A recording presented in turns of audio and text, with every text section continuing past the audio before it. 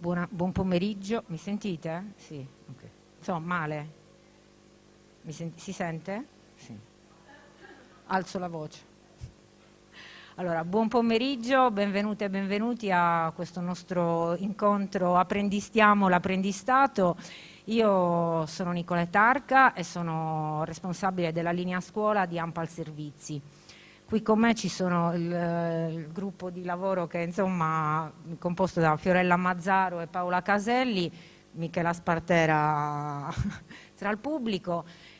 Sono il gruppo che ha creato questa proposta operativa che vi presentiamo oggi, questa esperienza. Noi come linea scuola ci occupiamo da anni di interventi che possono accompagnare le scuole nelle transizioni formative e professionali degli studenti. E così dall'anno scorso abbiamo provato a coinvolgere un gruppo di scuole proprio per lavorare su dei tavoli tematici sull'apprendistato. Mettiamo le slide, vai Fiore.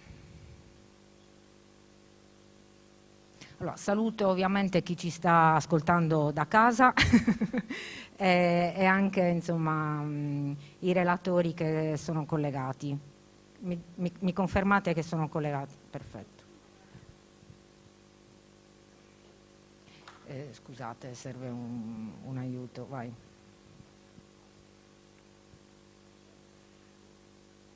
Ok, perfetto. Vai. Allora, che cosa vi raccontiamo oggi? Oggi vi raccontiamo l'esperienza che abbiamo portato avanti e realizzato nel corso del 2021 e 2022 sui tavoli tematici sull'apprendistato. Noi, come vi dicevo, da anni lavoriamo appunto su il processo di orientamento alle transizioni e sull'apprendistato. In diverse modalità abbiamo fatto monitoraggi qualitativi, esperienze appunto di formazione sia interna che esterna alle scuole rispetto all'apprendistato di primo livello, ma questa è un'esperienza che vogliamo raccontarvi proprio per la forza propulsiva di un confronto direttamente tra scuole che applicano il dispositivo e che vorrebbero applicarlo. Allora, quindi vi racconteremo un po' quella che è stata l'esperienza, come l'abbiamo costruita, quante scuole abbiamo coinvolto e anche gli esiti di questi tavoli, dove ci hanno portato. Dopodiché darò la parola al dottor Andrea Simoncini. Scusate, abbiamo cambiato un po' l'ordine degli interventi, al dottor Simoncini da remoto, che è della DG Politiche Attive del Ministero del Lavoro. Ciao Andrea, benvenuto. E poi al momento non sentiamo, però poi sicuramente ok, vado avanti. E poi racconteremo appunto gli esiti e poi daremo la parola ai protagonisti. Abbiamo qui, e ringraziamo insomma, per la loro partecipazione, il professor Luigi De Tomasi dell'Istituto Masotto di Noventa Vicentina. Abbiamo il professor Mario Di Fazio dell'Istituto Galileo Ferraris di Acireale in provincia di Catania e il professor Novello Eugenio del Galileo Galilei di Castelfranco Veneto. Poi abbiamo sempre collegata da remoto la professoressa Saddemi, che salutiamo, dell'Istituto Archimede di Treviglio di Bergamo. Ok, e in ultimo, per finire, vi presenteremo la nostra piattaforma collaborativa Apprendistiamo, che abbiamo insomma lanciato nell'ultimo mese. Vado avanti così. Ok, allora come nascono questi tavoli tematici? Come vi dicevo, insomma, da anni studiamo il dispositivo, ci confrontiamo appunto con chi lo applica, con le scuole, con le istituzioni. Però nel 2021 abbiamo deciso di portare avanti questa sperimentazione. Abbiamo detto perché non andiamo a coinvolgere un po' di scuole e proviamo a farle ragionare insieme rispetto alle problematiche, alle questioni che l'applicazione dell'apprendistato di primo livello per il conseguimento del titolo di studio appunto come dire, rappresenta e determina.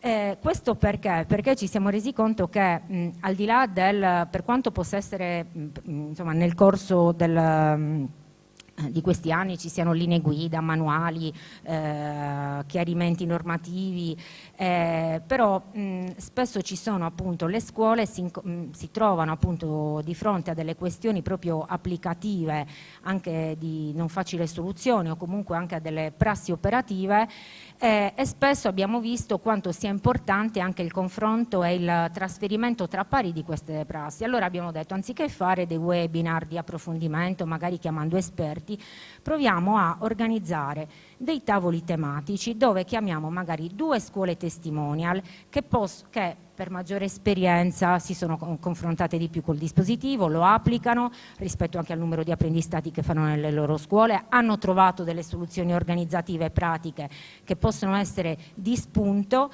e utili ed efficaci per altre scuole che magari si apprestano a come dire, avviare il dispositivo o comunque nonostante l'abbiano magari già avviato abbiano delle questioni da chiarire, oppure siano interessate ma ancora incontrano difficoltà nell'avvio del dispositivo. E quindi abbiamo organizzato insomma in questi tavoli dove c'erano 2 scuole testimonial che di volta in volta si come dire, animavano, incontravano, e circa una decina di scuole ospiti che appunto chiedevano approfondimenti, dubbi, chiedevano insomma diverse questioni. Quindi l'approccio che noi abbiamo adottato è un approccio peer-to-peer, proprio per avviare il confronto e lo scambio e quindi anche ribadire la praticabilità dell'apprendistato, che non è questo mostro che come dire, inaffrontabile, ma che invece che si può fare. Quindi in tutto sono state coinvolte circa una 50ina di scuole e questo approccio alla fine, noi a oggi poi lo vedremo, abbiamo insomma realizzato diversi tavoli, ha fatto emergere che ci sono diversi vantaggi. Intanto ci sono dei livelli di attenzione che proprio lo caratterizzano, proprio perché c'è una condivisione orizzontale. Il nostro ruolo è quello di facilitatori di questi tavoli, come dire, ma non di gestori del tavolo in modo attivo rispetto ai contenuti che vengono diciamo, trattati. Oltretutto questo approccio dà maggiore credibilità rispetto agli argomenti trattati, proprio perché derivano dalle esperienze che appunto le scuole portano rispetto alle diverse questioni. In questi tavoli abbiamo visto che c'è un clima positivo che quindi consente l'emersione di un sapere condiviso, lo scambio di buone pratiche, di strumenti anche proprio quindi diventa un motore per l'apprendimento. Ok. Allora, la differenza tra i tavoli, la prima sperimentazione diciamo è quella che abbiamo concluso quest'anno. Allora, lo scorso anno abbiamo avviato 3 tavoli tematici che, come dire, focalizzati su degli snodi del processo di attivazione dell'apprendistato, quali sono le condizioni propedeutiche per attivare l'apprendistato, il contratto, la coprogettazione tra scuola e azienda e diversi ruoli e poi il monitoraggio e la valutazione degli apprendimenti dei percorsi. Qui abbiamo utilizzato un approccio più narrativo, abbiamo chiesto alle scuole testimonial di raccontarci la loro esperienza, quindi per mettere a fattor comune i processi anche che li hanno portati ad attivare l'apprendistato. Quest'anno invece abbiamo realizzato 4 tavoli. Intanto le tematiche sono, come dire, tematiche scelte dalle scuole che hanno partecipato a questa, mi piace chiamarla, professor De Tomasi, rete informale e poi vedremo perché. E quindi abbiamo coinvolto 50 scuole di tutti gli indirizzi di studio, distribuite su tutto il territorio nazionale, isole comprese. Grazie, e infatti qui ringrazio le colleghe e i colleghi che sono presenti in sala, ma anche coloro che ci stanno ascoltando da casa, grazie al supporto dei nostri colleghi territoriali che, come dire, hanno consentito la partecipazione delle scuole a questi tavoli. L'approccio invece utilizzato, quindi come dire, ci ha portato anche di più verso una comunità di pratica, è quello di diteci quali soluzioni concrete, operative e strumenti avete applicato, proprio perché il nostro desiderata, ma anche condiviso con le scuole, che come dire, possiamo andare verso uno spazio collaborativo in cui condividiamo delle comunità, proprio che diventi una comunità di pratiche, e questo ha fatto sì quindi che insomma noi come ANPAL Servizi mettessimo a disposizione proprio uno spazio collaborativo, che poi insomma vedremo più nel dettaglio, ne parleremo, proprio che diventi a uso delle scuole che sono interessate ad approfondire la tematica e a confrontarsi sempre su questi aspetti. Ora, io chiederei a questo punto ad Andrea Simoncini, quindi chiederei appunto il collegamento attivo, perché quali diciamo, prospettive si possono intravedere, si possono delineare rispetto all'applicazione più diciamo, corposa, più estesa dell'apprendistato nelle scuole secondarie superiori, viste appunto tutte le difficoltà che noi conosciamo e che non stiamo qui ad elencare, e se quindi la costituzione di comunità di pratiche informali, ma poi appunto che si possano magari formalizzare anche in reti di scuole per l'apprendistato, può essere un motore interessante proprio per ampliare la diffusione del dispositivo all'interno delle scuole. Dobbiamo togliere la condivisione o va bene? Okay. Ecco. Mi sentite? Sì, sì. Grazie Ti Nicoletta. sentiamo e ti vediamo. Ok, grazie dell'invito, mi fa molto piacere, anzi mi dispiace non essere presente a Verona, ma per una serie di insomma, imprevisti e impegni all'ultimo momento ho dovuto annullare insomma, la missione. Insomma.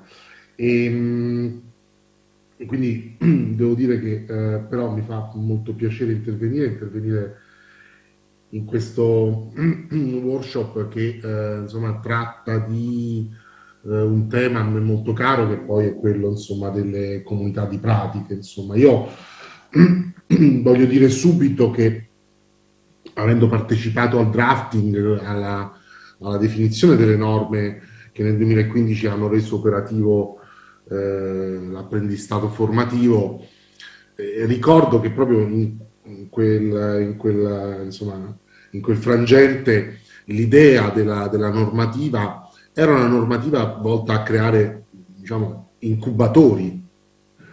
Cioè, la normativa del 2015, il decreto del 12 ottobre del 2015, aveva l'idea di creare proprio degli incubatori, cioè quindi delle realtà che davano vita e che comunque diventavano in qualche modo delle comunità di pratiche di promozione dell'apprendistato. E in definitiva così è stato. Poi non ci scordiamo che l'apprendistato formativo ha come traino importante di numeri dell'IFP, ma in realtà nasce la prima esperienza, la prima sperimentazione, peraltro quella dalla quale abbiamo preso anche spunto e valutazioni per redigere la prima norma, che è appunto con il decreto del 12 ottobre del 2015, è la sperimentazione Enel, e quindi nelle scuole. Quindi il ruolo delle scuole è un ruolo fondamentale anche perché comunque poi, se è vero che l'istruzione e formazione professionale nasce un po' duale, perché comunque ha il work-based learning un po' come sua caratteristica primordiale, però è altrettanto vero che invece le scuole hanno una grande, diciamo, fame, esigenza di assetti di apprendimento diversificati e differenziati, perché i giovani di questa epoca ce lo chiedono. I giovani di questa epoca ci chiedono di riconoscere le diverse intelligenze, e ci chiedono di portargli incontro una scuola che dia risposte rispetto all'attrattività e al senso per il giovane oggi di andare a scuola, quindi proprio lo scopo, la missione della scuola per il ragazzo. Quindi c'è una componente motivazionale e di attrattività fortissima che l'alternanza e in generale l'apprendistato in particolare può dare alla scuola. Quindi diciamo che fondamentalmente è interessante, io sono molto interessato alla testimonianza di oggi perché le comunità di pratiche per me dovrebbero rispondere a due domande, non tanto se si può fare, cioè a due domande: si può fare? E mi sembra di capire che si può fare. E poi l'altra domanda, che è l'altra missione che hanno le comunità di pratiche: ma è interessante farlo? Serve?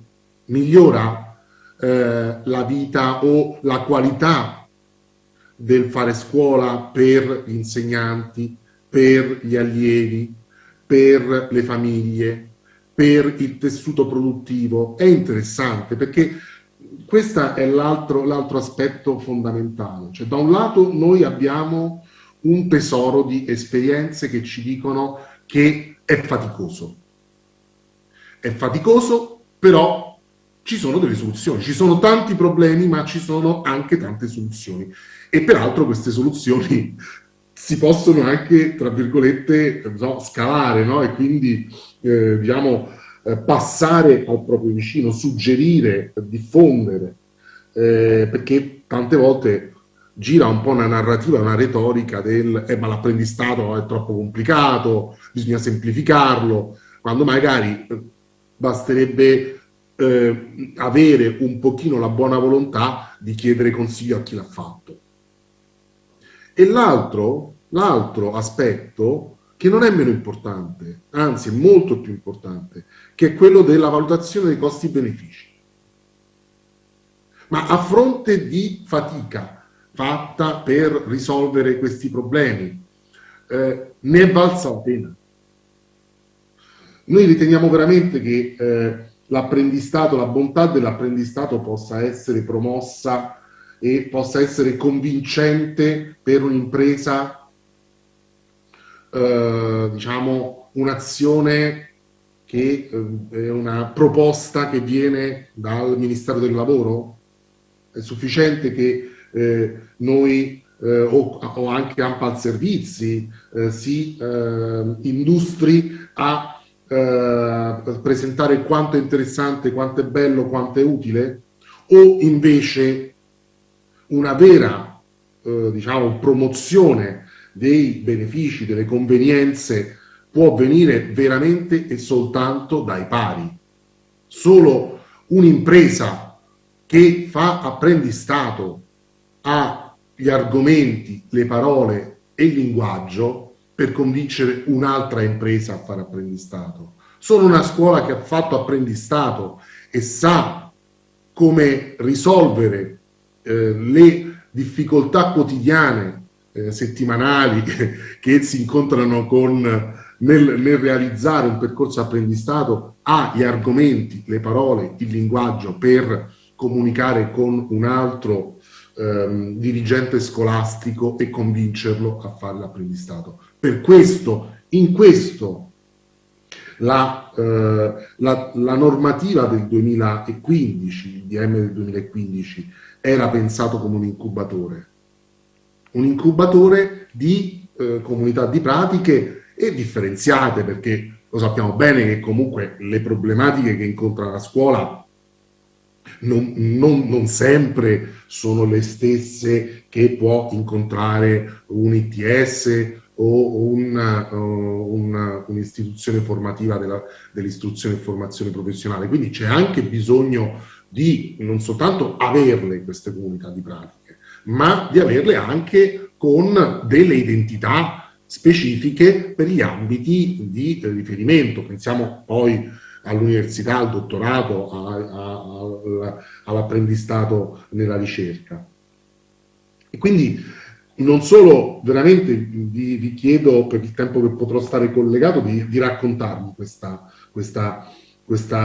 esperienza, ma anche di riprometterci di fare un'analisi di fattibilità e di sostenibilità di queste reti, cioè di queste piattaforme, perché in definitiva io ritengo che sia molto più utile ragionare in prospettiva su piattaforme e su siti diciamo istituzionali. Pensiamo al sito istituzionale che abbiamo avuto sul sistema duale, che abbiano al proprio interno delle piattaforme di comunità di pratica piuttosto che siti di vetrina. Chiaro è che comunque per poter immaginare una cosa di questo genere voi avete gli elementi per poterci suggerire quanto queste esperienze sono sostenibili, perché prima di avviare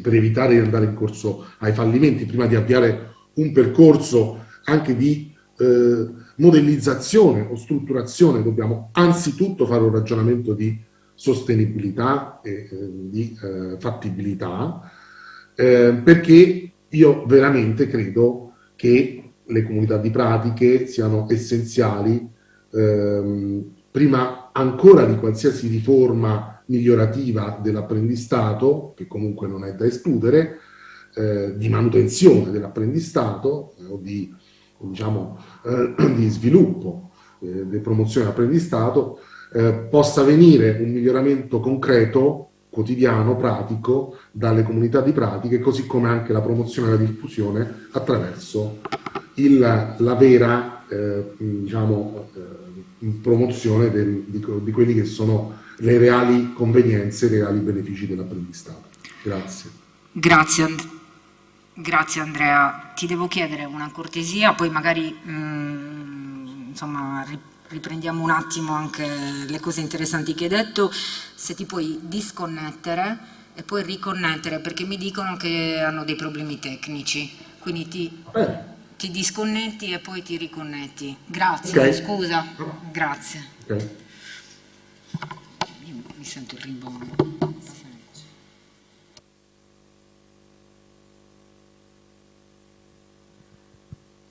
Allora, scusate, ma appunto avevamo degli inconvenienti tecnici. Allora, intanto il dottor Simoncini ha, come dire, rappresentato degli elementi importanti e delle parole chiave interessanti, perché sappiamo e sapete in primis voi quanto l'apprendistato sia faticoso, ma non impossibile da realizzare, e quanto sia uno strumento potente per orientare i giovani rispetto sia a un proprio progetto di sviluppo futuro, rispetto all'acquisizione anche di capacità e di competenze, e all'interno anche per l'inserimento nel mondo del lavoro. Questo però non toglie che appunto possa essere, proprio perché è un apprendistato formativo, che poi si possa continuare nel percorso formativo. Sicuramente nella proposta che noi insomma stiamo facendo, stiamo valutando la sostenibilità, proprio perché gli spazi, ci deve essere appunto un oggetto di interesse perché le persone partecipino a queste comunità di pratiche. Se manca, queste sono domande che noi ci siamo poste, perché se manca l'interesse non ha neanche senso insomma proporle. Io prima di dare la parola ai protagonisti poi di questa esperienza, farei raccontare a Fiorella quelli che sono stati un po' i risultati di questi primi tavoli, cioè gli elementi emersi significativi che insomma è giusto rappresentare. Cosa? Sì, lo tengo io.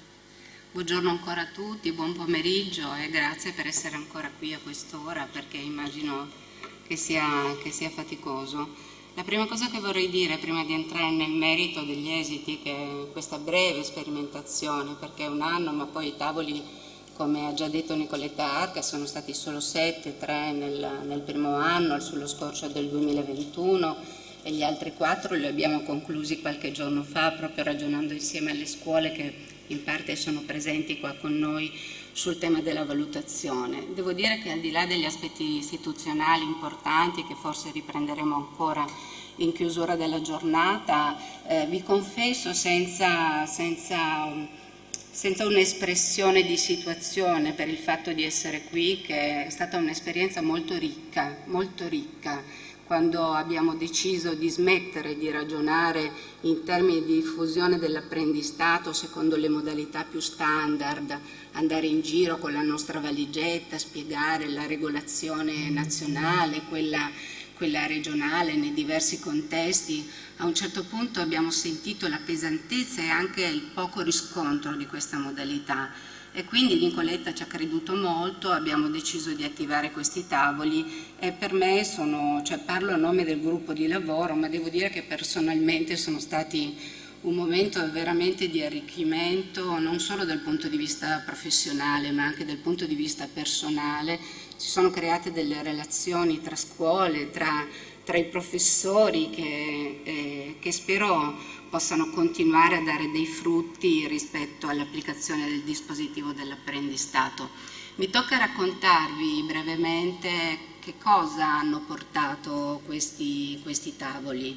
L'esperienza è stata positiva, diceva il dottor Simoncini, noi abbiamo bisogno di interrogarci sulla fattibilità, abbiamo bisogno di approfondire in parte anche attraverso i tavoli, abbiamo fatto ragionamenti su questo piano rispetto al tema dell'analisi costi-benefici, perché ovviamente perché un dispositivo si diffonde e diventi convincente c'è bisogno che si attivi un sistema di convenienze per tutti gli attori in gioco. Non è semplice perché è un dispositivo molto interessante con tanti vantaggi, ma continua a avere delle difficoltà applicative che non ci dobbiamo, non ci dobbiamo nascondere, proprio perché vogliamo, perché ci crediamo nel dispositivo, proprio perché vogliamo che da una applicazione del dispositivo di tipo più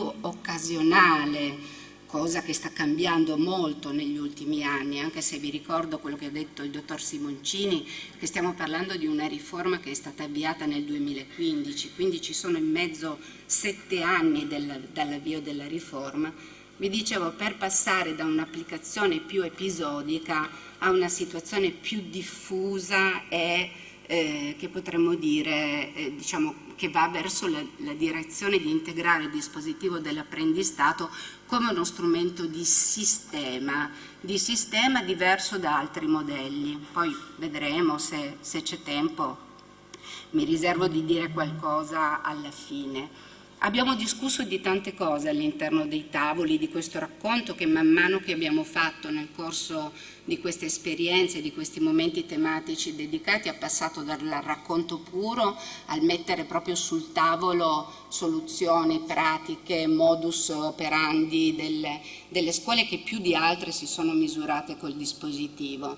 Sono emersi i temi legati all'approccio alle imprese, lo diceva prima il dottor Simoncini, le imprese sono un partner essenziale. Abbiamo parlato delle dimensioni interne alle scuole che possono rappresentare, come dire, degli elementi di resistenza rispetto ad un'applicazione più diffusa dell'apprendistato di primo livello. Abbiamo parlato della scelta degli studenti.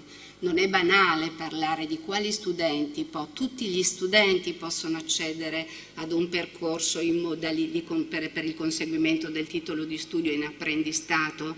Sì, potrebbe essere uno strumento sicuramente di tipo universale, forse in prospettiva anche esigibile da parte delle famiglie, ma vediamo che l'esperienza ci dice che emerge un profilo particolare di quali potrebbero essere gli studenti che meglio possono beneficiare di questi percorsi. Abbiamo parlato di calendario, abbiamo parlato di didattica, abbiamo parlato di una figura chiave come quella dei tutor, sia il tutor scolastico che è una figura centrale anche ai fini del successo e della tenuta nel tempo dei percorsi di apprendistato di primo livello. Abbiamo parlato di motivazione dei ragazzi, è un tema su cui ci siamo interrogati molto nel tempo e durante questi tavoli, forse inizialmente l'avevamo anche un pochino trascurato questo tema, però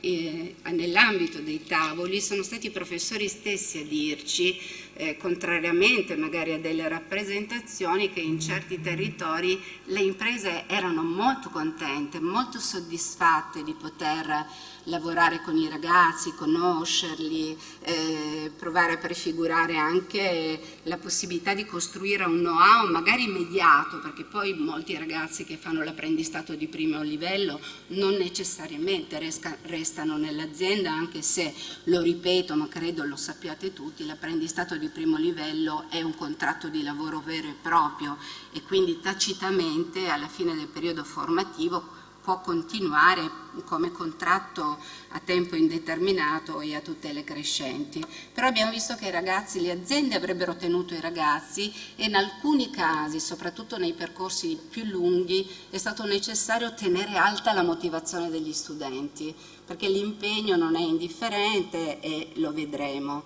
E poi la valutazione degli apprendimenti. Qui è venuto fuori come un tema molto articolato, molto complesso, ne parlavo stamattina con i docenti con i quali veramente abbiamo lavorato molto bene nel corso di questi 12 mesi e che abbiamo anche un po', io dico, stalkerato, perché ci hanno dato dei contributi. Senza di loro i tavoli non avrebbero potuto essere così ricchi, così significativi.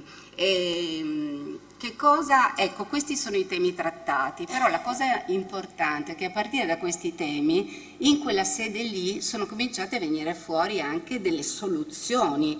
Diceva il dottor Simoncini, ma allora è conveniente, lo si può fare, le parti in gioco in qualche modo possono arrivare a considerare il dispositivo dell'apprendistato come un percorso che ha una sua fattibilità.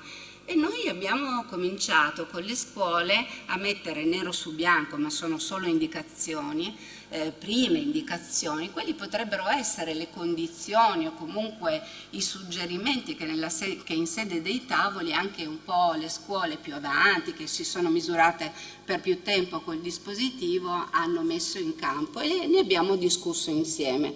Abbiamo detto che il tema delle aziende è un tema centrale. Da questo punto di vista sulle aziende, quasi tutte le scuole, anche se una cosa che mi preme dire, nei tavoli noi siamo partiti dalle scuole, abbiamo voluto fare un tavolo tra pari prima con le scuole, perché forse avevamo bisogno di fare un apprendimento reciproco anche noi. È mancato dal punto di vista, ma noi abbiamo delle prospettive future, quindi da questo punto di vista poi Nicoletta ve ne parlerà di queste prospettive. Devo dire che noi abbiamo visto il partner essenziale del dispositivo dell'apprendistato attraverso gli occhi dei docenti che lo hanno realizzato, però noi abbiamo l'intenzione di dare voce anche a questo partner essenziale. Sicuramente dal punto di vista delle scuole che ci hanno parlato del loro rapporto di partnership con le aziende, è venuto fuori che l'azienda, che non mancano per esempio gli incentivi dal punto di vista finanziario, no?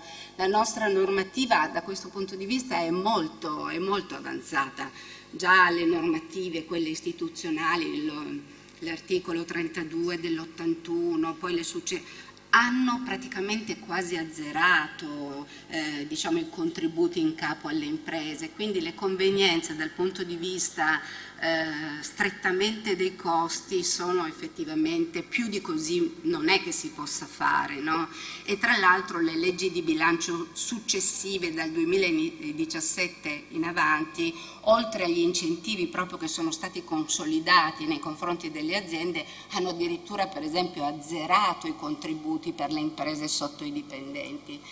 Però sono venute fuori altre cose a cui la scuola per esempio è meno preparata per poter lavorare con le aziende, perché la normativa sull'apprendistato ha dato piena legittimazione alle imprese per essere partner a pieno titolo per concorrere alla formazione dei ragazzi. È una formazione complementare per chi nella sala diciamo, si è fermato dopo aver ascoltato il tema che abbiamo trattato prima, molto interessante, sui big data. Mi è piaciuto proprio riflettere sul fatto che il professor Sorcioni, ma anche il dottor Marzano hanno sottolineato la rapidità dei cambiamenti. Noi stiamo parlando di apprendistato di primo livello dentro la scuola, non stiamo parlando, nel nostro caso, non stiamo parlando della formazione professionale che ha ancora dei caratteri distintivi diversi. Dentro la scuola di istruzione statale non possiamo chiedere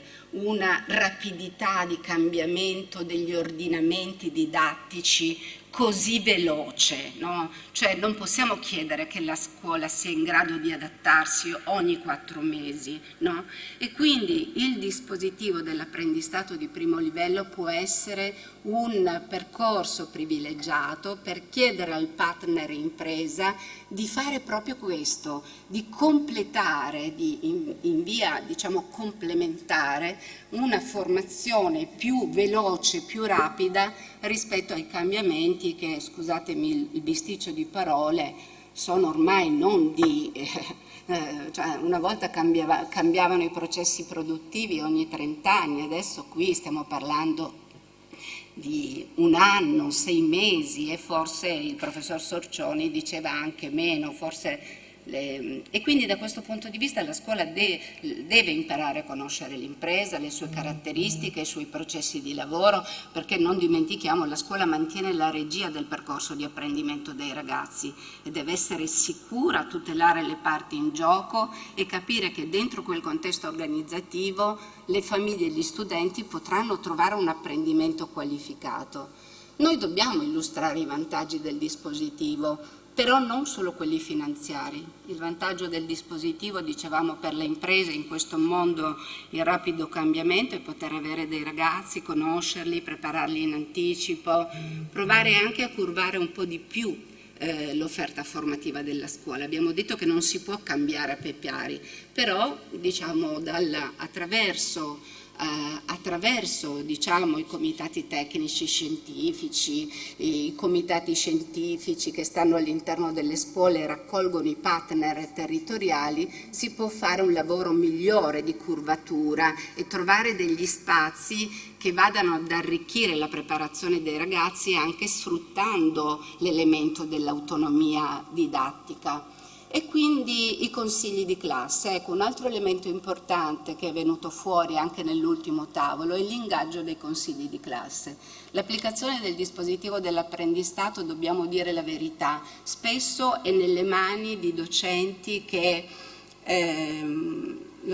capiscono il valore del dispositivo, si appassionano e lo portano avanti sommando incarichi e mettendo tempo perché i ragazzi possano poter avvalersi di questa opzione.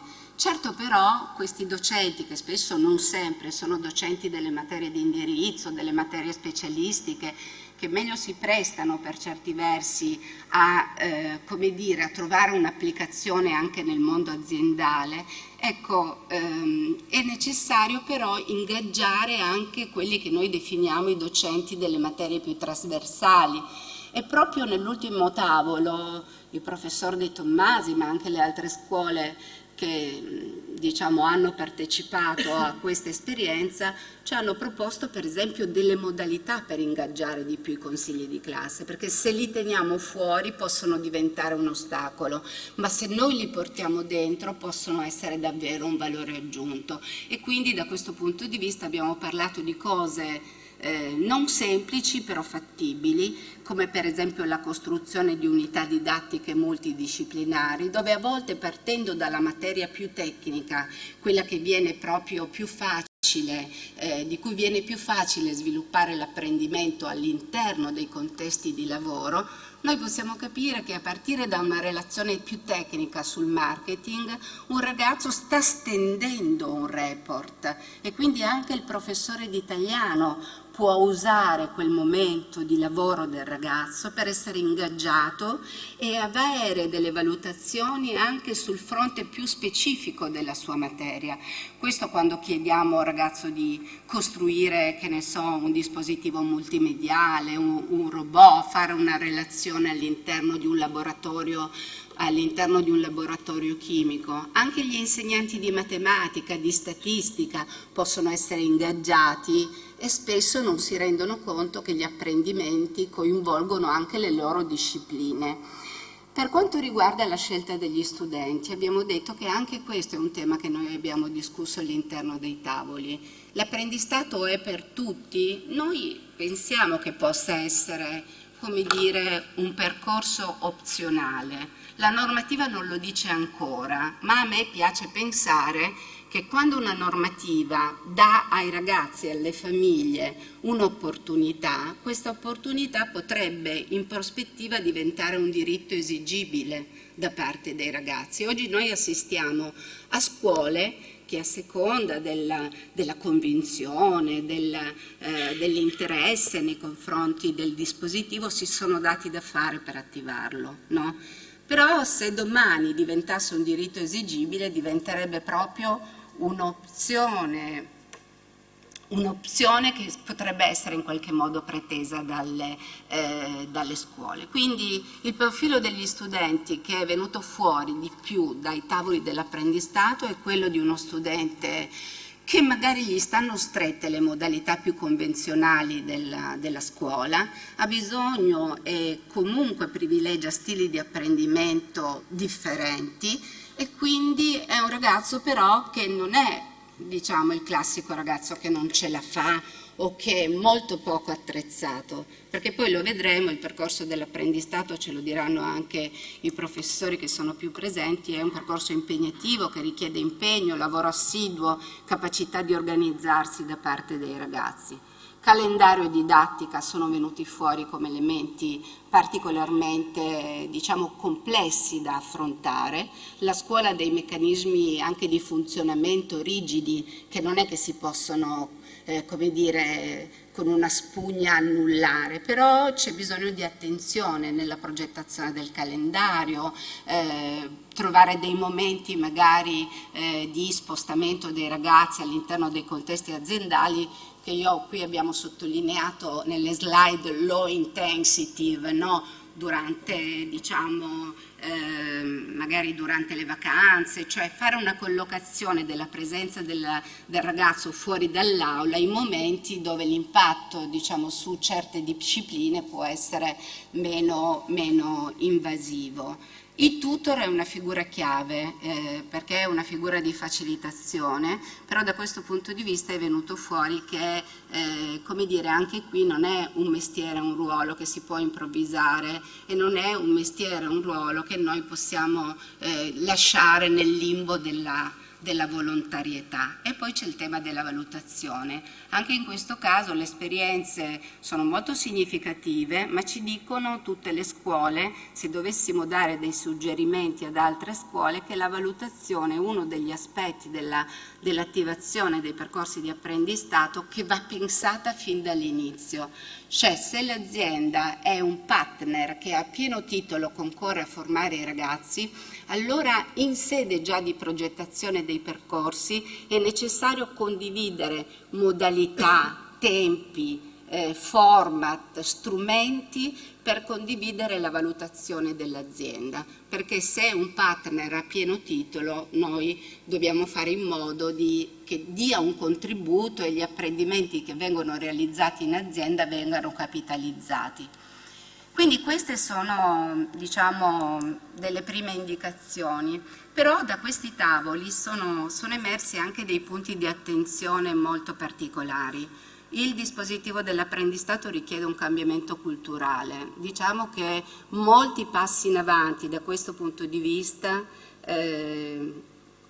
molti passi in avanti da questo punto di vista sono stati fatti. La pandemia è stato un momento di crisi, ma anche una rottura di paradigma che ha accelerato dei processi innovativi in tutte le organizzazioni, compresa la scuola e le aziende. Ci sono ancora delle resistenze, poi vi lasceremo anche le slide e avrete tutta la documentazione. C'è ancora un ragionamento molto forte sulla didattica e la programmazione disciplinare, l'apprendistato richiede di ragionare sulle competenze perché il linguaggio dell'azienda è più legato alle competenze. Quindi un cambiamento culturale che viene richiesto sia al partner aziendale che al partner istituzione scolastica, ma è un cambiamento che vedrete alla fine quando chiudo che va accompagnato. Spazi di standardizzazione. Abbiamo visto che ci sono ingenuamente anche come dire, dei neofiti dell'apprendistato che vengono da noi e ci dicono: ma possiamo schiacciare un bottone e avere la procedura per attivare i percorsi di apprendistato di primo livello? Allora, noi possiamo andare verso alcune forme, prendetela molto tra virgolette, di standardizzazione. Noi possiamo creare degli archivi importanti, imparare dalle esperienze, dalle pratiche, dalle prassi, dagli strumenti già utilizzati, però bisogna avere presente, ma non lo dico io, ce l'hanno detto le scuole che hanno attivato l'apprendistato, che non ci sono automatismi. L'apprendistato di primo livello è a pieno titolo un processo di apprendimento e i processi di apprendimento per loro natura sono articolati e complessi e non possono essere ridotti a delle procedure. Abbiamo parlato della motivazione degli studenti, questo è un tema su cui bisogna riflettere. Le aziende avrebbero ottenuto i ragazzi hanno interrotto un percorso molto positivo.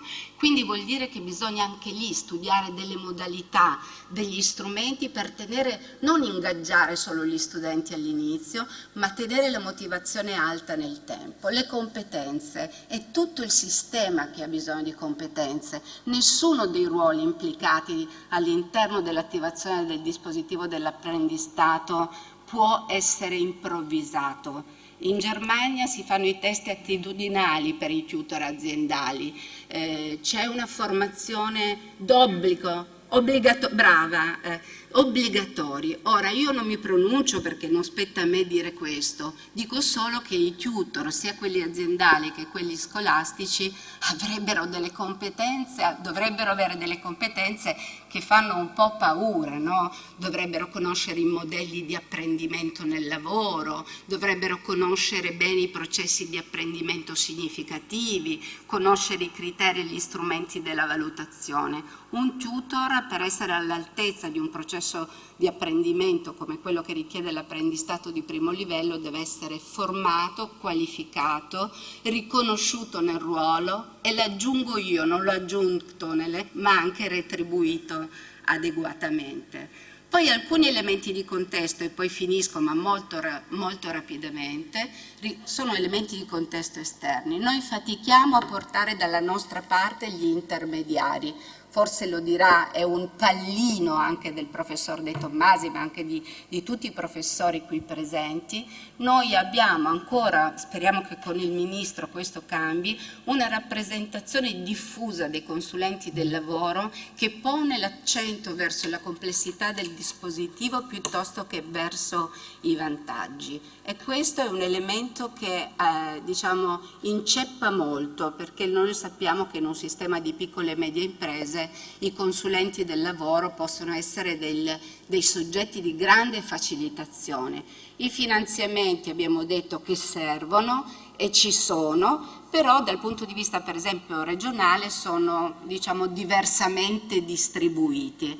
E l'ultimo elemento che poi chiudo, mi sembra che in tutto questo la cosa essenziale riguardi l'accompagnamento delle esperienze, cioè i soggetti che sono a diverso titolo coinvolti nell'apprendistato di primo livello devono essere accompagnati, perché abbiamo detto che è un dispositivo che ha, diciamo, dimensioni applicative, gestionali, contrattuali che sono tutt'altro che consolidate, e quindi noi abbiamo un ruolo di accompagnamento. Noi, devo dire che l'abbiamo fatto dal basso, abbiamo deciso di fare un lavoro dal basso attraverso i tavoli. Con i professori da questa mattina in fiera abbiamo detto che forse questo lavoro dal basso piano piano dobbiamo portarlo a livelli intermedi. Probabilmente abbiamo già un organismo tecnico sull'apprendistato, noi dovremmo fare in modo che questo organismo tecnico diventi più stabile e possa diventare un trade union anche con i responsabili delle decisioni a livello più istituzionale, perché noi portiamo soluzioni, esperienze, ma anche criticità e corticircuiti dell'apprendistato di primo livello, ma abbiamo bisogno di qualcuno che li raccolga e che restituisca agli operatori delle risposte. Mi scuso per essere stata troppo lunga.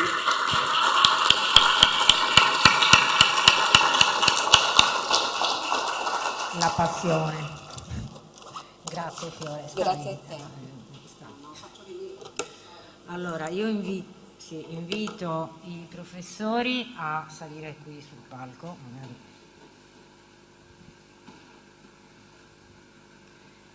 E chiedo anche gentilmente il collegamento con la professoressa Saddemi.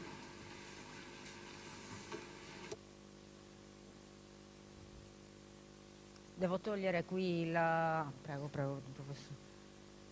Devo togliere la presentazione per il collegamento? No? Ok, perfetto. Professoressa, benvenuta. Grazie, buon pomeriggio a tutti. Grazie. Allora, intanto vi ringrazio ancora per la vostra partecipazione, insomma, qui oggi e la vostra disponibilità. Vi presento un attimo perché insomma, per me è molto importante questo momento e dar voce proprio a voi e anche avere un vostro contributo rispetto a questa proposta e all'esperienza che con noi avete vissuto. Allora, il professor De Tomasi, che diciamo è il motore, possiamo dire proprio l'animatore, il volano della rete nord-est del Veneto, che appunto che si sta stendendo a livello regionale e che sta cercando sempre forme più stabili e istituzionali, e noi speriamo di poter facilitare come Ampal Servizi questo. Il professor Di Fazio, che insomma ringraziamo sempre per essere qui con noi, qui abbiamo appunto una volontà disciplinata unita alla passione per gli studenti e per i ragazzi, per la ricerca anche di trovare sempre soluzioni e modi efficaci per l'educazione dei ragazzi. Ho scoperto che sta scrivendo un libro, poi ci dirà, sulla scuola e sull'esperienza didattica, quindi poi insomma sarà anche occasione per raccontarci. Il professor Novello, che anche lui ha concorso appunto a costruire la rete veneta e a sperimentare il dispositivo, e quindi ha prodotto scusate, un notevole contributo e know-how che ha portato, come dire, che è portato ai tavoli. La professoressa Saddemi, che ringraziamo sempre per essere qui, che come dire, si è approcciata in modo più timido forse, vero, ai tavoli, però sempre molto attenta e interessata, e piano piano quindi ha creato le condizioni proprio per sperimentare l'apprendistato nell'ambito dei percorsi serali della sua scuola, di cui ancora non si hanno tantissime esperienze, quindi insomma per noi è molto importante seguire questa esperienza, seguire gli sviluppi e portarli nell'ambito di questa nostra rete. Quindi adesso io vi darei la parola insomma, in ordine di presentazione. Vi chiederei di raccontarci qual è stato il vostro punto di vista e quanto poi nella diffusione dell'apprendistato, nelle sue modalità applicative, il trovare dei compagni di viaggio che come dire, può essere importante E quindi che valore è stata per voi questa esperienza e secondo voi, sempre ritornando a quello che diceva anche il dottor Simoncini sull'utilità di una comunità di pratiche e sulla sostenibilità della stessa, che cosa pensate su questa modalità, cioè sul condividere partendo dal basso delle esperienze, delle pratiche che poi possono essere, come dire, possono trovare dei livelli insomma intermedi e possono anche trovare appunto delle sistematizzazioni. Quindi il professor De Tommasi, allora io se vuole... Salve a tutti, buonasera. Grazie a voi per essere qui e grazie ad ANPAL Servizi per averci coinvolto in questo momento che è un momento di condivisione. Devo dire che l'esperienza dei tavoli che io ho vissuto così partecipando on demand, come si dice, no? È stata per me l'occasione, come dire, di rivivere un'esperienza che in UCE avevamo vissuto a livello territoriale quando siamo partiti con le 4 scuole che hanno in Veneto sperimentato per la prima volta l'apprendistato. In che senso? Nel senso che ci trovavamo di fronte a un dispositivo che la norma prevede, ma che non era mai stato strutturato in maniera spendibile in un contesto formativo concreto e reale. In quel contesto di riferimento normativo noi abbiamo sperimentato la costituzione di una prima rete di scuole alla quale hanno partecipato assieme alla mia scuola al Masotto altre 3 scuole. Queste 3 scuole provenivano da 3 territori completamente diversi, perché una gravitava sull'area di Mestre, quindi con un contesto di riferimento di carattere produttivo di un certo tipo, un'altra era una scuola di Treviso, mentre la nostra scuola è una scuola di campagna, perché il paese nel quale noi operiamo è un piccolo paese di 8.000 abitanti, ma che si trova in un contesto territoriale lontano, però ricco di microimpresa. L'altra scuola invece di riferimento era un'altra scuola, virgolette, di campagna, Mirano, ma che aveva intorno a sé un tessuto industriale molto più strutturato dimensionalmente.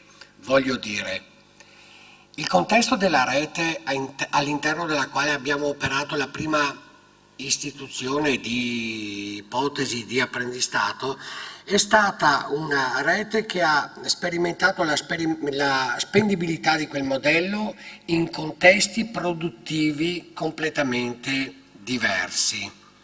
E ciò che io ho ritrovato sul tavolo, che evidentemente agiva su una dimensione territoriale macro, è stato cogliere questa specifica collocabilità dell'esperienza appunto che noi stavamo così portando avanti in territori che pur lontani potevano vedere, vivere, affrontare le stesse dinamiche economiche, di imprenditoria di riferimento, di dimensione aziendale di riferimento, perché in realtà queste sono variabili che incidono.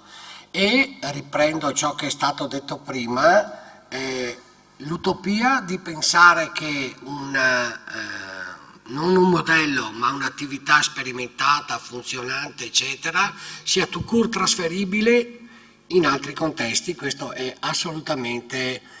E questo è stimolante però.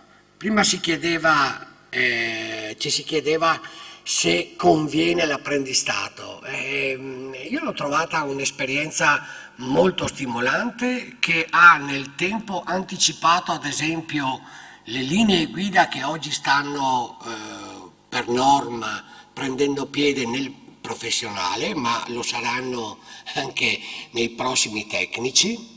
Noi queste esperienze, dicevo, le abbiamo già vissute e in qualche maniera abbiamo quindi costruito un bagaglio di esperienza che ci permette di leggere i fenomeni, di combattere alcune dinamiche, ad esempio molto forti, ancora connesse con il tema della dispersione scolastica, che interessa un range preciso di utenza scolastica, ma che interessa anche un range preciso di intelligenza scolastica, cioè di persone che hanno per loro natura un approccio alla conoscenza di tipo diverso e che mal si contestualizzano in un format scolastico appunto strutturato secondo apprendimenti quasi esclusivamente ex cattedra e poco legati alla dimensione esperienziale. Non solo poco legati alla dimensione esperienziale, ma poco capaci di valorizzare l'esperienza come momento formativo. E quando parlo di momento formativo includo sicurissimamente anche la dimensione della valutazione con tutte così le cose che sono emerse anche nel corso dell'ultimo tavolo. Quindi l'esperienza del tavolo in una dimensione macro è stata sicuramente una comunità di apprendimento. Perché? Perché quella formula che noi abbiamo pensato 6 anni fa è passata attraverso il Covid e lì è stata ulteriormente rivoluzionata e si appresta ad oggi a dover affrontare un contesto di riferimento che comunque cambia e cambia rapidamente. Grazie. Grazie mille. Io ci tengo a dire che il professor De Tommasi è docente di italiano, vero?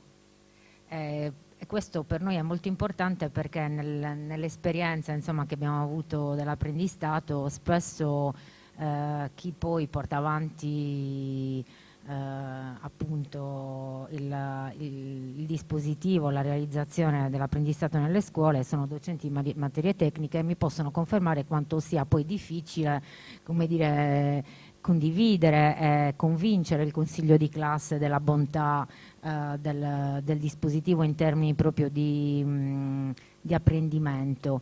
Perché quello che diceva il professor De Tommasi, il fatto che questo sia uno strumento, forse insieme ai PCTO, uno strumento potentissimo dell'apprendimento in modalità duale, ma uno strumento anche di orientamento. E gli elementi che sono emersi anche dai tavoli rispetto alla motivazione e alla selezione dei ragazzi, no? Che rispetto al percorso, sono fortemente interconnessi con l'ascolto dei bisogni dei ragazzi e l'ascolto, la rilevazione del fatto che non tutti apprendono in maniera diversa e che quindi dare la stessa dignità e il valore anche all'apprendimento pratico esperienziale, questo l'apprendistato insomma ce lo consente ed è un elemento fondamentale proprio perché la scuola in questo modo ha anche più strumenti per rispondere a modalità di apprendimento diversi. Benissimo, allora professor Di Fazio, prego. Buonasera, come dicevano i colleghi, allora io sono un insegnante di scuola superiore secondaria da poco meno di 20 anni, sembro giovane ma anagraficamente ho qualche anno portato, probabilmente bene, a forza di stare con i ragazzi sicuramente ci manteniamo giovani. Insegno chimica e biologia e in un istituto appunto industriale da un paio di anni abbiamo assorbito anche il professionale perché è andato in sottodimensionamento e abbiamo 1200 alunni, di cui 650 solo nel triennio su 8 specializzazioni. Sono funzioni strumentali del PCTO e dell'apprendistato. Quando abbiamo iniziato a lavorare su questi tavoli tecnici non pensavo che si potessero sviluppare così profondamente, ecco, potessero essere così costruttivi, perché anche il confronto con altre regioni, che secondo me ora questo è un punto sul quale dovremmo iniziare anche a lavorare, perché vedersi oggi in presenza ha tutto un altro effetto. Abbiamo lavorato 12 mesi semplicemente da remoto e non è la stessa cosa, a volte la connessione va, viene, quindi non sempre si colgono gli aspetti salienti di quello che era il discorso.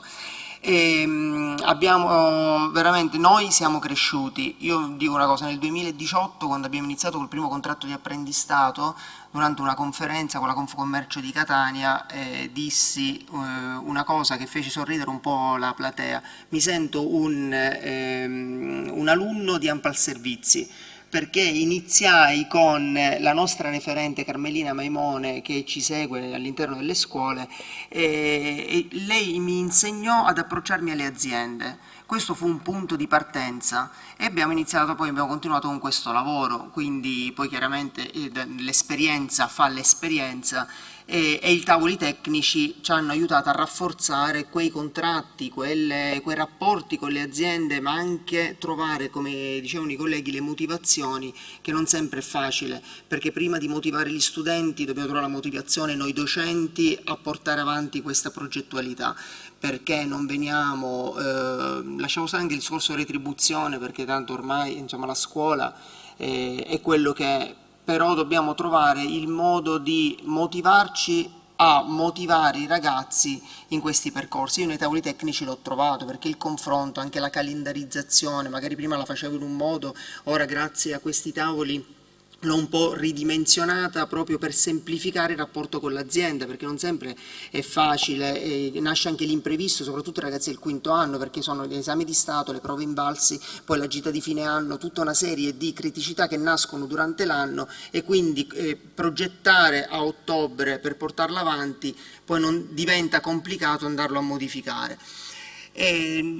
Devo dire che quest'anno noi anche stiamo continuando, al 2018 abbiamo realizzato quasi 30 contratti di apprendistato in diversi indirizzi, perché tra i vari indirizzi abbiamo le chimiche e la biotecnologia, che in Sicilia ancora è un settore molto richiesto. Quest'anno abbiamo fatto dei contratti sull'elettronica, l'informatica, e il fatto positivo è poi trovare anche la motivazione dell'azienda a tenere i ragazzi a conclusione del percorso, perché è facile prendersi magari i ragazzi in apprendistato per un anno, per 2 anni e poi mandarli a casa a conclusione del diploma. Invece cerchiamo di dare una continuità, e la continuità parte già dal biennio, perché il biennio li indirizziamo sull'indirizzo di studio, poi iniziamo col PCTO, l'azienda comincia a conoscere i ragazzi. Da questo l'azienda comincia ad avere fiducia nella scuola e negli studenti, e da lì inizia la selezione. Però è anche vero che la selezione la dobbiamo andare a fare, questo io l'ho appreso anche grazie a questi tavoli, perché una cosa è prendere magari un ragazzo da un liceo, da un istituto industriale, che ha un target anche insomma, sociale diverso da un ragazzo che va a un professionale, che è brutto dire, però sono le scuole di serie B considerate, non è così, perché oggi in realtà ci vogliono le competenze, il mondo del lavoro cerca la professionalità, quindi dovrebbero invece invertire un po' la direzione su invece i professionali, quindi motivare il ragazzo sul professionale aiuterebbe, come diceva il collega di Tommasi, a ridurre la dispersione scolastica, perché noi a volte non consideriamo una cosa, che un ragazzo magari sui libri è una capra, però sostanzialmente al lavoro è una persona che rende, e questo noi l'abbiamo testato nel 2019 con un ragazzo che aveva la sufficienza, ma proprio perché doveva venire a scuola, però con l'alternanza poi fatta in azienda e messo alla prova abbiamo avuto un grande successo, e infatti l'azienda questo alunno fu l'unico ad essere poi assunto a tempo indeterminato dopo. Quindi chiaramente devi dare delle chance, queste sono delle chance per i nostri studenti. E coinvolgere il consiglio di classe, lo diceva anche prima il dottore Simoncini,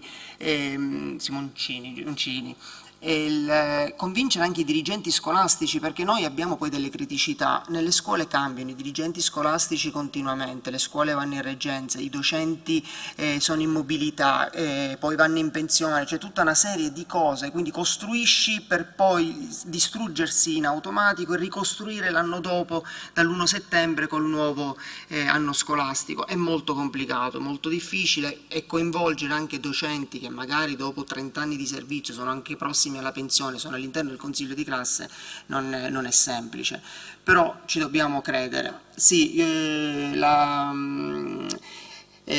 mi avete un po' preso alla sprovvista per il discorso del mio libro, vabbè, facciamo un'anteprima, sì, Un'anteprima, può spoilerare qualcosa, dai. Vabbè, un'anteprima, non dico niente, posso dirvi soltanto il titolo che può dire tutto, e si chiama Ri-formare la scuola, perché descrivendo un po' la storia della scuola e quelli che possono essere oggi in realtà le funzioni che una scuola dovrebbe avere, dando però voce agli studenti, perché è una cosa che invece noi non consideriamo. Noi docenti rappresentiamo la categoria di lavoratori statali forse in maggiore percentuale in Italia, però non consideriamo che la nostra fonte, chiamiamola reddituale, sono i nostri studenti. Senza studenti non andiamo da nessuna parte e non vengono presi in considerazione. A volte sono numeri messi là, a volte si prende anche il ragazzo disabile solo per formare la classe, e quindi si dovrebbe un attimino rivedere un po' tutto l'assetto, ma non dalle scuole superiori, dalle scuole elementari, perché io ad esempio faccio anche laboratori scientifici alle scuole elementari per portare il ragazzo, già i bambini, a pensare che la scienza può essere qualcosa di diverso che non quello dei libri. E quindi dare un'indicazione. Infatti oggi parlavamo anche con gli altri colleghi di ANPAL Servizi dell'orientamento, e l'orientamento è molto connesso all'apprendistato, perché tu orienti il ragazzo prima ad una disciplina e poi puoi metterlo nel mondo del lavoro secondo una concretezza di ciò che realmente lui vorrebbe fare, e quindi ecco, creare anche un connubio tra gli orientatori, no? In ingresso e in uscita, tra elementari e medie e superiori, e oggi università in questi indirizzi STEM, perché non tutti sono portati per andare sugli indirizzi scientifici. Improvvisamente potresti anche cambiare, ma chi lo capisce lo possiamo capire soltanto noi. Chiaramente il fatto, ecco, di non essere retribuiti, perché è un punto, perché noi togliamo tempo alle nostre famiglie, togliamo tempo al nostro tempo per essere riconosciuti, non lo so. Io penso che oggi i docenti, quelli che ci credono veramente, li considero degli eroi. I dirigenti scolastici in gamba ce n'è tanti, ma ce n'è anche tanti che purtroppo le responsabilità aumentano e non se le prendono, ed è da comprendere anche questo qua. E io sono sicuro che invece, creando una rete, i tavoli tecnici, il continuo confronto con enti come ANPAL, e comunque sentirsi e confrontarsi anche con altre scuole, non può fare altro secondo me che fare unione, e secondo me arrivare anche a piani più alti, che in questo momento uno degli obiettivi sarebbe arrivare proprio ai ministeri, al Ministero del Lavoro, al Ministero dell'Istruzione e del Merito, oggi chiamato Exemiur, per far capire loro che ci devono dare i mezzi per poter portare avanti questi progetti, perché sono secondo me un punto di partenza per far rinascere le scuole. Spero che insomma i governi successivi ci aiutino, però noi ci mettiamo i mezzi, e noi, ecco, io sono felice di rappresentare la Sicilia qua, perché sono l'unica scuola di un'isola, però devo dire che ci stiamo allargando, perché dopo i nostri interventi, grazie anche alla piattaforma di cui poi parleranno dopo, che apprendistiamo, sono stati visti gli interventi, e molte scuole ci stanno chiamando proprio per capire come funziona l'apprendistato e come loro poter iniziare ad attivare questi percorsi. Io vi ringrazio sempre della vostra... Grazie professor Di Fazio. Professor Novello, prego. Allora, buonasera a tutti. Allora, io racconto un po' la mia esperienza nella mia scuola. Noi siamo partiti l'anno scorso, così con l'incentivo ci è stati aiutati dalla Confartigianato di Treviso, che ha accolto, diciamo, le richieste anche del territorio, in cui le piccole e medie aziende faticavano a trovare anche persone che volessero entrare nel campo della meccanica, nelle lavorazioni meccaniche e nell'impiantistica. E siamo partiti attualmente abbiamo 3 classi, abbiamo circa 70 contratti attivi in una scuola che siamo intorno ai 600 alunni. Io vengo da Castelfranco Veneto, la nostra è una scuola, come diceva il professor Tommasi, quasi di campagna, perché anche il nostro è un centro piccolo, Comunque siamo al centro tra le province, siamo ai confini tra province Treviso, Padova e Vicenza, un tessuto industriale di piccola e media impresa e molto vivo e attivo, e quindi stimolati da questo abbiamo messo in piedi, l'anno scorso sono partiti 26 ragazzi, poi pian piano qualcuno si è reso conto che era difficile perché è duro, perché ricordo l'orario scolastico sono 32 ore, loro ne facevano 37 a fine della settimana, perché noi mandavamo 2 giorni in azienda e 4 giorni a scuola, quindi avevano un carico maggiore. Molti di questi dopo durante l'estate hanno continuato, quindi avevano la possibilità così di arrotondare in maniera un po' più alta il loro guadagno presso la ditta. Devo dire che è servito anche come mezzo per contrastare la dispersione, perché noi abbiamo il corso dei 3 anni FP che alla fine rilascia l'attestato regionale, dopo i ragazzi lasciano e non riescono ad acquisire il diploma, e qualcuno di questi, sapendo che c'era la possibilità di fare questo percorso quarta e quinta con l'apprendistato, si è inserito nella classe, e devo dire che questi ragazzi erano quelli che avevano più difficoltà a stare in classe, a seguire, a studiare, e in azienda loro si trovavano, avevano trovato il luogo del loro apprendimento, perché si muovevano bene, poi avevano una manualità migliore anche dei loro compagni. Volevo anche sottolineare che i ragazzi che arrivano adesso dal percorso delle medie, noi siamo un professionale, hanno una scarsa manualità, non sono abituati a lavorare con le mani, e questo aiuta anche. Molti, ovviamente non tutti, sono abituati a stare sui libri, a studiare, ma il fatto di questo scambio, lavorare in azienda e le ore poi a scuola, agevola anche dal punto di vista dell'apprendimento. Cosa che anche mi ha stupito, un ragazzo di quinta che non avrei mai pensato, di cui l'azienda mi parla bene, che è bravo, ha preso bene, insomma, e sarebbe alla fine della quinta verrebbe sicuramente assunto da questa ditta, ma il ragazzo mi ha detto a me che intende continuare a iscriversi all'università, quindi c'è stato un cambiamento, diciamo, in corso è riuscito a capire che forse deve apprendere di più. Poi volevo sottolineare che il lavoro che io mi sono scontrato dove è stato l'ostacolo maggiore è quello anche con i consulenti del lavoro delle varie ditte, i quali l'anno scorso pochissimi conoscevano questo dispositivo e trovavano 1000 scuse e dicevano: ma sì, io non ho il software che riesce a farmi il conto, no? E più di qualche pomeriggio stavo al telefono per spiegare, poi io chiedevo, io ero appoggiato dal consulente della Confartigianato, il quale mi diceva digli questo, digli quello, oppure dimmi chi mi chiami. Ecco, c'è anche tutto questo lavoro dopo che non è conteggiato, ovviamente, da dover seguire, e quindi è molto complesso il sistema da dover seguire. Ovviamente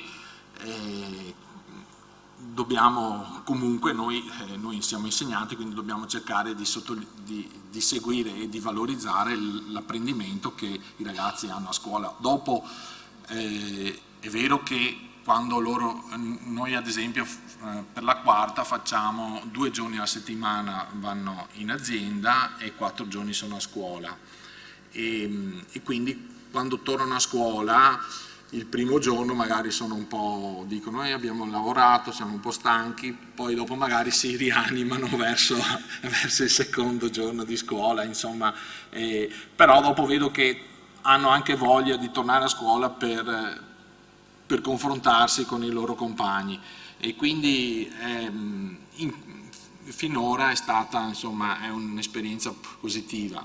Un'altra cosa che è giusto anche, i ragazzi poi tante volte vengono a lamentarsi con me perché diciamo che la formazione in azienda mi dicono ma ci hanno fatto lavorare, non ci hanno formato, nel senso, ho detto beh vabbè, a scuola sei seduto sul banco, c'è l'insegnante che magari spiega, oppure andate in laboratorio.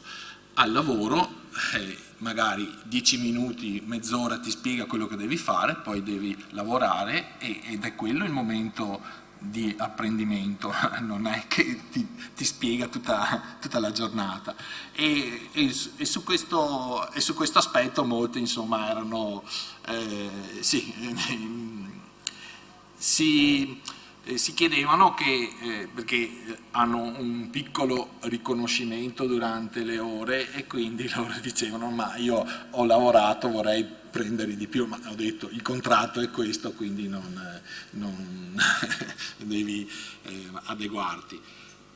Ecco, dopo una cosa vorrei dire, io sono insegnante in materie tecniche, e quindi anche con le aziende specialmente cioè, mi relazionavo abbastanza bene, però devo dire che l'aiuto maggiore l'ho avuto dagli insegnanti, dalla mia collega di italiano o anche quella di inglese, insomma, che mi hanno dato l'apporto maggiore, insomma, per il lavoro, insomma. Bene. Grazie.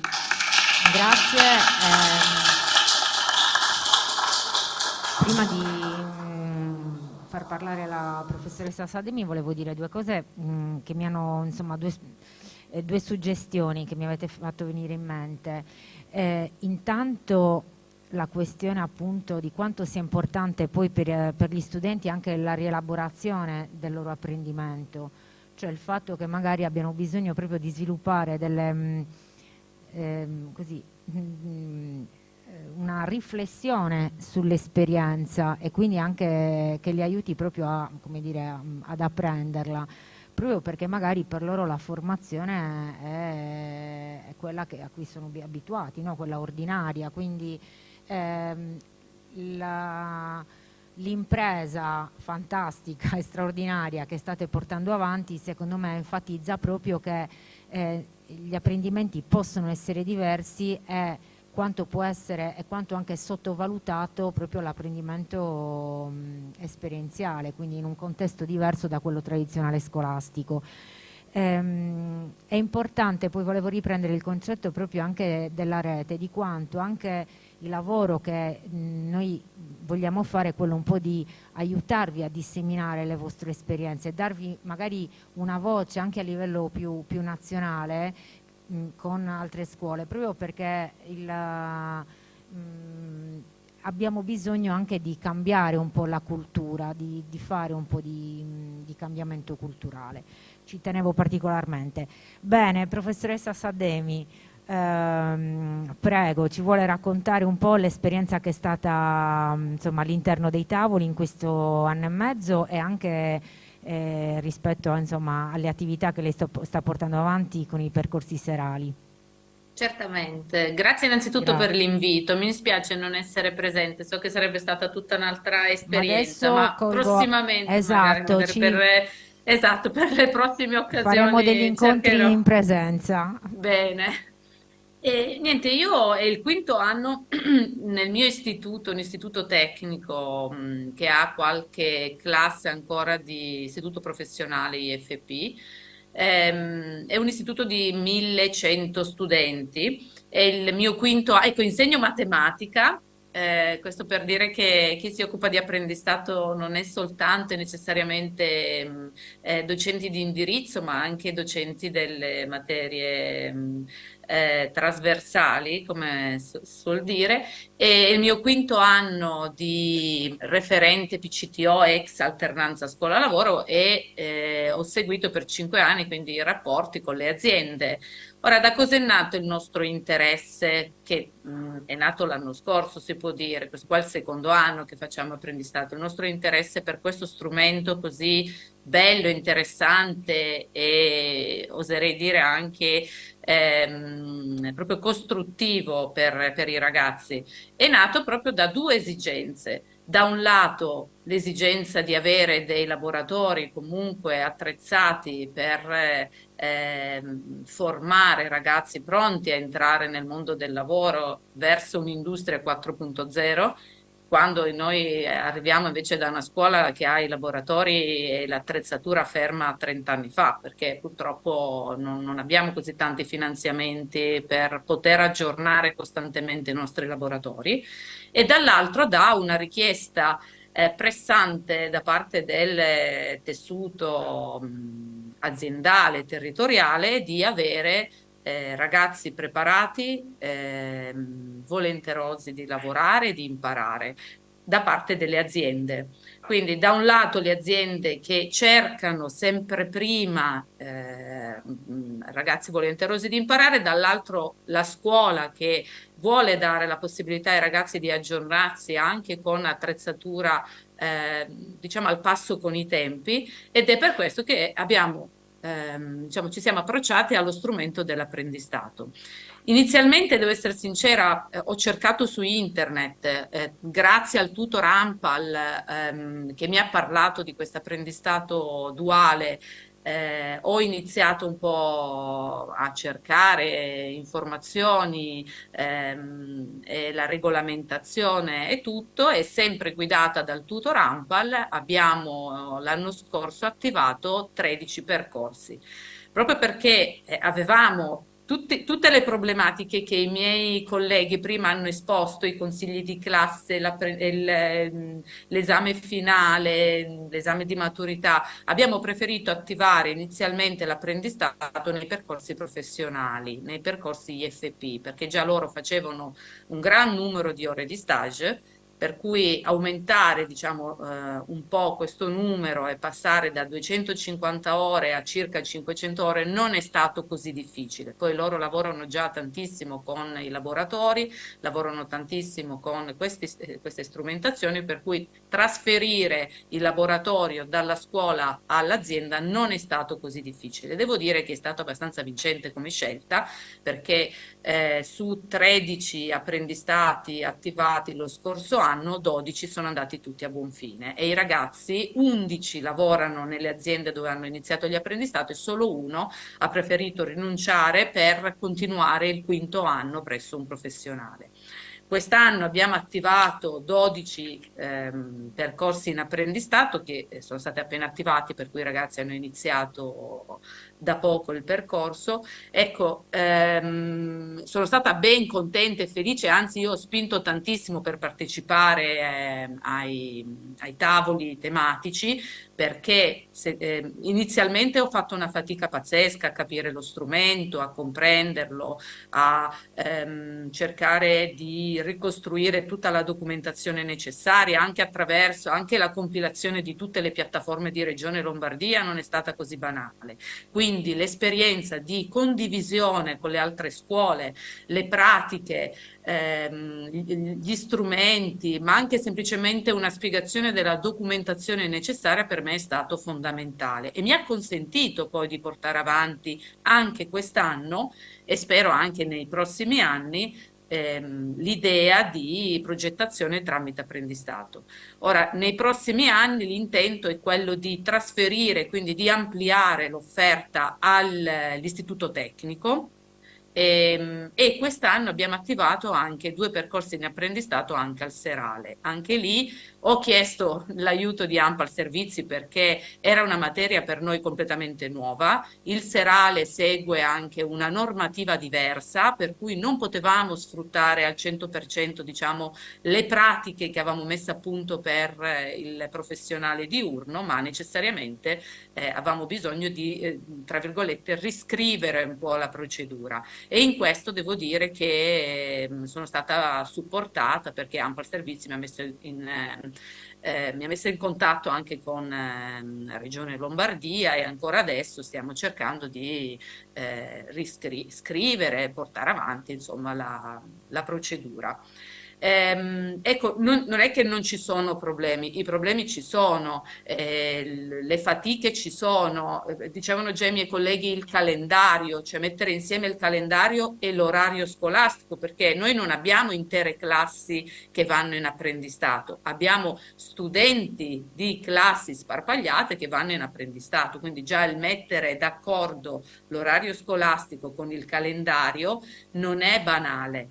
I ragazzi mancano giovedì e venerdì, allora noi giovedì e venerdì dobbiamo concentrare le ore di laboratorio, perché le ore di laboratorio sono quelle ore che diciamo, i ragazzi sostituiscono con la formazione in azienda.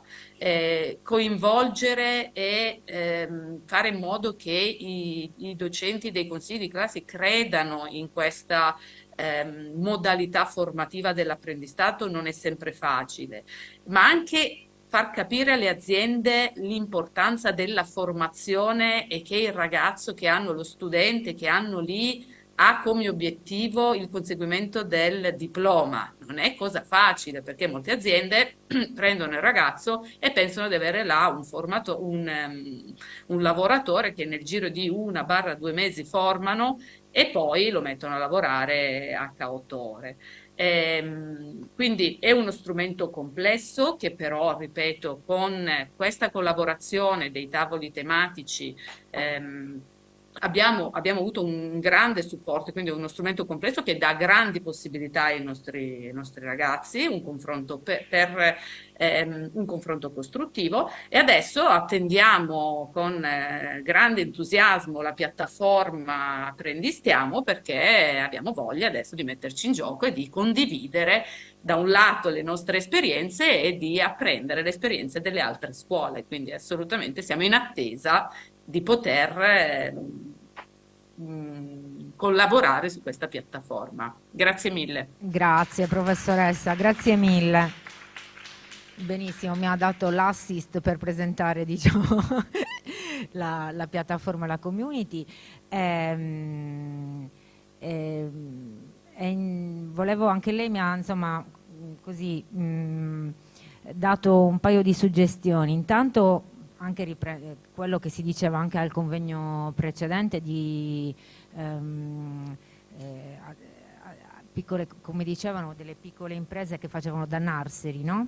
Che è molto bellino come concetto e quindi anche le aziende, quelle che lei ha descritto come, quindi l'apprendistato trova poi, come dire, è una soluzione perché le aziende possono utilizzarlo come incubatori, no? E quindi come per sviluppare competenze, professionalità e questo è un po' uno dei discorsi che noi all'interno dei nostri tavoli abbiamo fatto tante volte, cioè quando noi abbiamo iniziato il nostro lavoro 10 anni fa con le scuole, si diceva sempre che la scuola si doveva aprire, che le scuole erano chiuse, si doveva aprire al territorio, si doveva aprire no, al mondo del lavoro, al mondo dell'impresa, anche tutte le battaglie ideologiche. Di fatto oggi con l'esperienza che ci portiamo dietro insomma, sul campo insieme a voi, la scuola è una scuola aperta e quindi il fatto di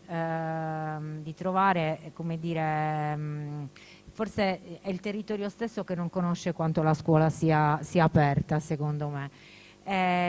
Quindi, come dire, l'apprendistato secondo me è uno strumento efficace all'interno proprio di un processo di orientamento che il professor Di Fazio ha descritto molto bene, dove che avete descritto tutti molto bene, dove si parte, come dire, dall'ascolto e dalla voce degli studenti, perché se ci dimentichiamo loro poi andiamo da tutta un'altra parte.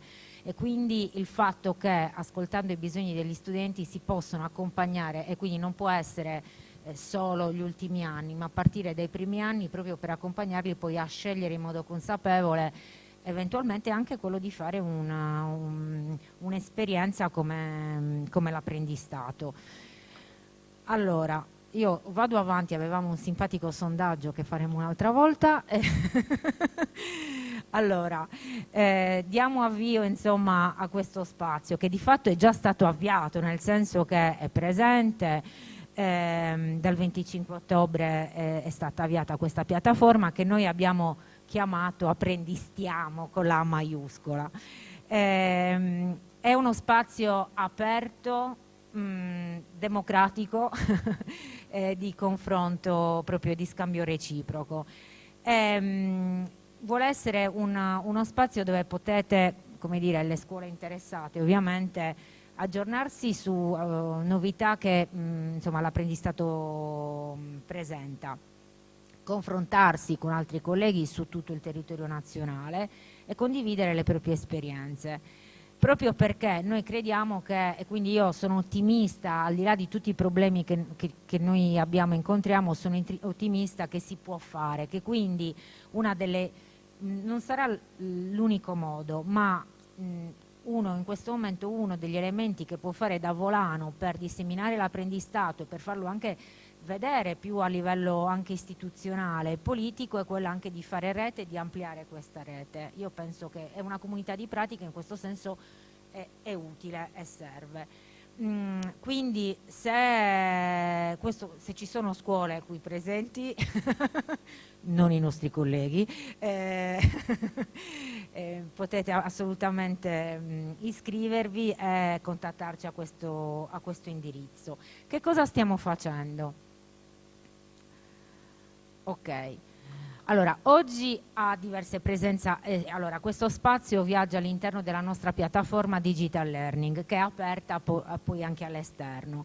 Oggi noi abbiamo è sicuramente un repository di materiali, e questo è importante, legati sia ai tavoli che noi abbiamo già fatto, quindi per ogni tavolo si trova la registrazione del tavolo, il meglio di, le slide a supporto e eventualmente i contributi che le scuole testimonial hanno fornito, sia legati proprio anche alla normativa, alle linee guida, alle diverse appunto normative regionali o linee guida prodotte a livello regionale.